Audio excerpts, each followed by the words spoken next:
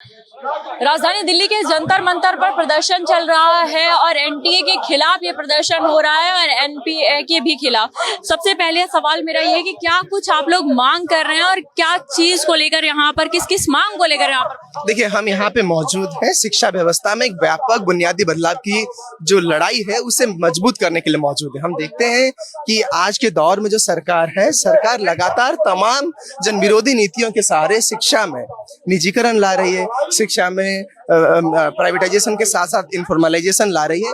और उससे हो ये रहा है कि देश में जो मेहनतकश परिवारों से बच्चे आते हैं, जो गरीब मजदूर दलित वंचित परिवारों से जो छात्र आते हैं, उन्हें शिक्षा से बाहर किया जा रहा है। और हम उस शिक्षा से बाहर करने की कोशिशों के खिलाफ हम यहाँ मौजूद हैं। हम यहाँ इस संघर्ष को इसीलिए जारी रख रहे हैं क्योंकि हम देखते हैं कि देश भर के तमाम इलाकों में छात्रों और युवाओं का एक व्यापक आंदोलन होता है। तमाम इलाकों में ये लड़ाइयाँ लड़ी जा रही हैं। उस लड़ाइयों को हम आगे बढ़ाने के लिए हम मौजूद है। हम यहाँ मौजूद है इन मांगों के साथ कि चाहे राष्ट्रपति का बच्चा हो या मजदूर का बच्चा हो, उसे एक समान स्कूल मिले। हम इस मांग को उठा रहे हैं कि केजी से पीजी तक सबको समान और बराबर शिक्षा मिले। हम ये मांग उठा रहे हैं कि सिर्फ परीक्षा ना बिके इस देश में। शिक्षा को बेचने के खिलाफ जो कोशिशें हो रही हैं, जो प्राइवेटाइजेशन हो रहा है स्कूलों में, कोचिंग सेंटरों में, हम उनके खिलाफ भी यहाँ मौजूद हैं। हम यहाँ मौजूद हैं सभी को शिक्षा में बराबर अधिकार दिलाने के। सही बात है, आपकी बात बिल्कुल सही है, लेकिन ये सवाल है कि जिस तरीके से आप लोग कहा कि कोचिंग सेंटर्स बंद हो और जो है बैन किया जाए, क्योंकि यहाँ पे एनटीए और एनपीए दोनों जो है लगातार अपनी बातें कर रहे हैं। क्या लगता है कि मैम भी हम उनसे भी सवाल करते हैं कि किस तरीके से मांग किया गया? हम यहाँ पर आज मौजूद हैं कि इस देश में जो नई शिक्षा नीति के हवाले से बची कुची सरकारी शिक्षा का घटियाकरण, निजीकरण, बाजारीकरण हुआ है, उसके खिलाफ लगातार देश में जंतर मंतर से लेकर अलग अलग हिस्सों में संघर्ष जारी है। यहाँ 36 दिनों का संघर्ष चला और उसके बाद हम कह रहे हैं कि आज जंतर मंतर हर गांव, हर कस्बे, हर राज्य तक पहुंचने की जरूरत है, क्योंकि जंतर मंतर के यूथ मूवमेंट से सरकार को जो हमने झुकाया, जो बर्बर पुलिसिया दमन झेला और एक दरवाजा खुला, अब उस आंदोलन को दिशा के तौर पर जरूरत है कि जो व्यापक सवाल और गंभीर दिक्कतें छात्रों और युवाओं को सड़कों पर उतार रही थी, उन पर बुनियादी बदलाव के संघर्ष को हम छेड़ पाएं। आज जरूरी है कि नई शिक्षा नीति, जिसने बची कुची सरकारी शिक्षा का बच्चे कुछ जो सरकारी स्कूल हैं जो खराब हालत में हैं, गाँव में, कस्बों में, उनको बंद करने का काम किया है, वहां पर नए सरकारी स्कूल खोले जाएं, मजबूत सरकारी स्कूल खोले जाएं, जहां पर टीचर हो, फीमेल स्टूडेंट्स के लिए प्रॉपर वॉशरूम्स हो, साइंस हो, लैब हो, कंप्यूटर लैब्स हो, और साथ ही साथ जो पब्लिक फंडेड यूनिवर्सिटीज में ग्रांट का सिस्टम खत्म करके अब सरकारी शिक्षा को लोन का मसला बना दिया है, निवेश का मसला बना दिया है, ये बंद किया जाए। इस देश में किसी भी छात्र की जेब देखकर ना तय हो कि वो बेहतर शिक्षा हासिल कर पाएगा कि नहीं, कि सम्मानजनक रोजगार, बेहतर जिंदगी की संभावना तक पहुंच पाएगा कि नहीं। तो हम मांग करते हैं कि बच्चों, इस देश के वंचित तबकों से आने वाले बहुसंख्यक छात्रों और युवाओं को ओपन में ढकेलना बंद किया जाए। स्कूली स्तर से ही खराब सस्ते मजदूर बनने का जो रास्ता नई शिक्षा नीति ने पूरी तरीके से पुरजोर तरीके से तय किया है, वो बंद हो। इस देश को जनता की शिक्षा व्यवस्था की जरूरत है कि मंत्री जी का बच्चा और इस देश में चपरासी का बच्चा, गरीब, किसान, मजदूर, सबके बच्चे को आप समान सरकारी शिक्षा सुनिश्चित कीजिए, केजी से लेकर पीजी तक। जब तक अधिकार समान नहीं होगा, अवसर समान नहीं हो सकता। यहाँ पर आप लोगों की जो मांगे हैं जिस तरीके से, अगर वो पूरी नहीं होती तो क्या करने वाले आप लोग? क्या लगता है कि आज ये धरना प्रदर्शन शाम के 5 बजे तक ही है या फिर और दिन तक है?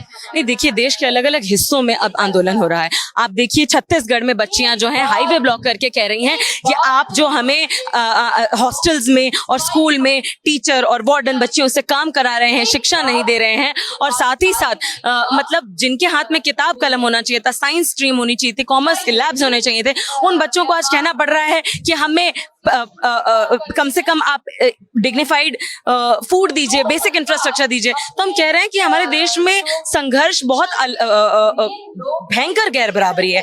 एक तरफ कहा जा रहा है कि जिस बच्चे के पास 300 रुपए किताब खरीदने के लिए नहीं है, वो कम्पीट कर ले उन बच्चों से जो 3 लाख रुपए एक सब्जेक्ट की कोचिंग में फीस दे रहे हैं, कहीं यूपीएससी के एग्जाम के लिए तो कहीं किसी और चीज के लिए। तो हम कह रहे हैं कि हमारे देश में अगर पेपर लीक खत्म भी हो जाए तो भी हमारी अलग अलग शिक्षा नीतियों ने मतलब ये सुनिश्चित किया है, अलग अलग सरकारों ने ये सुनिश्चित किया है कि बहुसंख्यक छात्र और युवा कभी भी समान अवसर, समान सरकारी शिक्षा और सम्मानजनक रोजगार के एलिजिबिलिटी के पॉइंट तक ही ना पहुंच पाए। तो हम कह रहे हैं कि आप स्टार्टिंग लाइन जो ये आपने रेस बना रखी, कंपटीशन बना रखा है, आप अमीरों के बच्चों को बेहतर एजुकेशन और बहुसंख्यक को केवल एक खराब कंपटीशन की होड़ में लगाने की जो ये पूरी प्रक्रिया है, ये बंद हो। हमारे देश में नए कॉलेज खुले, सीटें बढ़ें, DU, JNU, Jamia, AIIMS, IIT, इनके लेवल के higher education institutes, medical college, engineering colleges हर राज्य में, हर गांव में, हर जिले में खुलें, ताकि वहां के जो बच्चे हैं वो अपनी आर्थिक सामाजिक पिछड़ेपन या बदहाली के कारण बेहतर जिंदगी की, बेहतर रोजगार की, बेहतर शिक्षा की संभावना से कटते ना रह जाएं। बिल्कुल सही बात है। देखिए यहाँ पर जो लोग आए हुए इन सभी का यही मांगे हैं कि लगातार जो है जो शिक्षा नीति को सुधारा जाए, शिक्षा की पॉलिसी को बदला जाए। और भी लोग हैं, हम उनसे भी बात करते हैं कि आखिरकार आप लोग यहाँ पर पहुंचे हुए हैं सर, क्या कुछ मांगे हैं? हम लोगों की सबसे पहले तो NEP की बात है। हम लोगों को NEP से जो न्यू एजुकेशन पॉलिसी है, ये इससे जो छात्रों का बहुत ही ज्यादा अहित हो रहा है, उसको बदलने की, रोल बैक करने की है। और दूसरी जो OPS है, सबसे बड़ी मांग के रूप में OPS जिसको वापस लाया जाए और उसको बहाल किया जाए। ये मुख्य 2 मांगे हैं, बाकी और भी मांगे हैं जिसके लिए हम लोग यहाँ पर धरने पर आए। कौन कौन से और मांगे मैम? फीडर कैडर की है, उसको बहाल किया जाए। UGC जो अपना बिल पास करके रही है उसको बैक करें। और देखिए, एक राष्ट्र एक पेंशन होनी चाहिए। इन्होंने नई पेंशन टीचरों या कर्मचारियों को दी और खुद अपनी पुरानी पेंशन ले रहे हैं। तो पहले अपने से करें ना, अगर वो इतनी अच्छी है तो वो खुद क्यों नहीं ले रहे हैं। दूसरी चीज है जो NEP 2020 जब से आई है, सेमेस्टर सिस्टम है, इसको इंफ्रास्ट्रक्चर हम लोग के पास में नहीं है और हमारे स्टूडेंट्स इसकी वजह से बैकआउट कर रहे हैं, क्योंकि वो 6 सेमेस्टर तक में एक भी नंबर कम होता है, बैक आती है, बैक में बैक फीस बढ़ती जा रही है और बच्चे क्लियर नहीं कर पा रहे हैं और दूसरे उसके बाद में जॉब भी नहीं मिल रही। तो इनका जो मोटो है, मुझे जो लगता है, ये चाहते ही नहीं कि बच्चे शिक्षित हो। टीचर पढ़ाना चाहता है, बच्चे पढ़ना चाहते हैं, लेकिन ये पॉलिसी ला करके इन्होंने एजुकेशन को बिल्कुल सिस्टम को, कहते हैं ना, नीचे से डंडा मार दिया, रीढ़ की हड्डी को आपने ब्रेक कर दिया। और अगर हम शिक्षित होंगे तो हम आपसे सवाल पूछेंगे, हम आपसे रोजगार मांगेंगे। आपके पास रोजगार के लिए कोई सोल्यूशन नहीं है।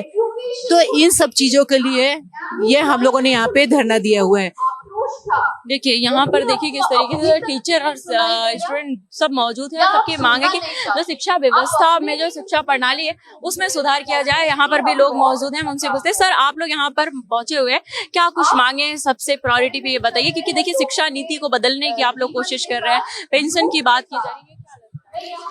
पेंशन तो हमारा अधिकार हमको मिलता रहा है, लेकिन 10 साल से जो है सब बंद कर दिया गया। हमारे शिक्षक जो रिटायर होंगे, रिटायर होने के बाद उनको क्या काम है? जो जीवन में पढ़ाई लिखाई किया है, रिटायर होने के बाद तो ठेला लगाएगा नहीं। तो पेंशन जब आप दे रहे थे तो आपको देते रहना चाहिए था। सीटें कम करते, ज़्यादा करते तो चलता, लेकिन आपको जो है पेंशन लगातार देना चाहिए था। इस नाते हम लोग उसका विरोध करते हैं। और जो न्यू एजुकेशन पॉलिसी की बात हो रही है, जो बच्चे हमें साल भर हम उनको जो है 180 दिन का क्लास लेते थे, अब हम उनको 1-1.5 महीना में नहीं पढ़ा पा रहे हैं। एक तरह देखिए तो NEP हम बच्चों की लड़ाई लड़ रहे हैं, बच्चों को भी लड़ना चाहिए इसको। वो आते हैं, साल भर पढ़ते हैं, 1 महीना मात्र उनका क्लास चलता है और एक उसी में परीक्षा मिड टर्म 4 बार परीक्षा होती है। तो इस तरीके से NEP बेकार है। इस नाते हम लोग सब विरोध कर रहे हैं। बिल्कुल सही बात है सर, लेकिन आप मुझे बताइए कि क्या लगता है कि चीजें, बिल्कुल आपकी बात सही है सर, लेकिन अभी देखिए कि किस तरीके से जो है शिक्षा व्यवस्था की बात की जा रही है, शिक्षा प्रणाली की बात की जा रही है, लेकिन यहाँ पे देखिए NTA को बैन किया जाए और NPA की भी बात की जा रही है। लेकिन इन सब के भी सवाल यही है कि कब तक आखिरकार जो है शिक्षक और छात्र दोनों जो है ऐसे ही दिल्ली के जंतर मंतर पर प्रदर्शन करते रहेंगे, और कब आखिरकार जो है शिक्षा प्रणाली में सुधार आएगा, कब जो है शिक्षकों की भी मांग पूरी करें, क्योंकि वो पूरे साल पढ़ाते हैं और पूरी जिंदगी उनकी जो है इस पढ़ाई में निकल जाती है, बच्चों को शिक्षा देने में निकल जाती है। लेकिन जब बात आती है कि आखिरकार उनकी लाइफस्टाइल कैसे सुधरे, जब वो खुद रिटायर हो जाते हैं तो उनके पेंशन की बात क्या हो, किस तरीके से चीजें सुधारा जाए। लेकिन इन सब के बीच अभी यही है कि देखिए किस तरीके से धरना प्रदर्शन लगातार हो रहा है। पूरी जिंदगी जो है एक शिक्षक लगातार शिक्षा जो है अपने स्टूडेंट्स को देता है, लेकिन जब उसकी टाइम आती है तो उसके लिए उसे धरना प्रदर्शन करना पड़ता है। कैमरा पर्सन शरद बारिक के साथ तनु चौधरी, दिल्ली।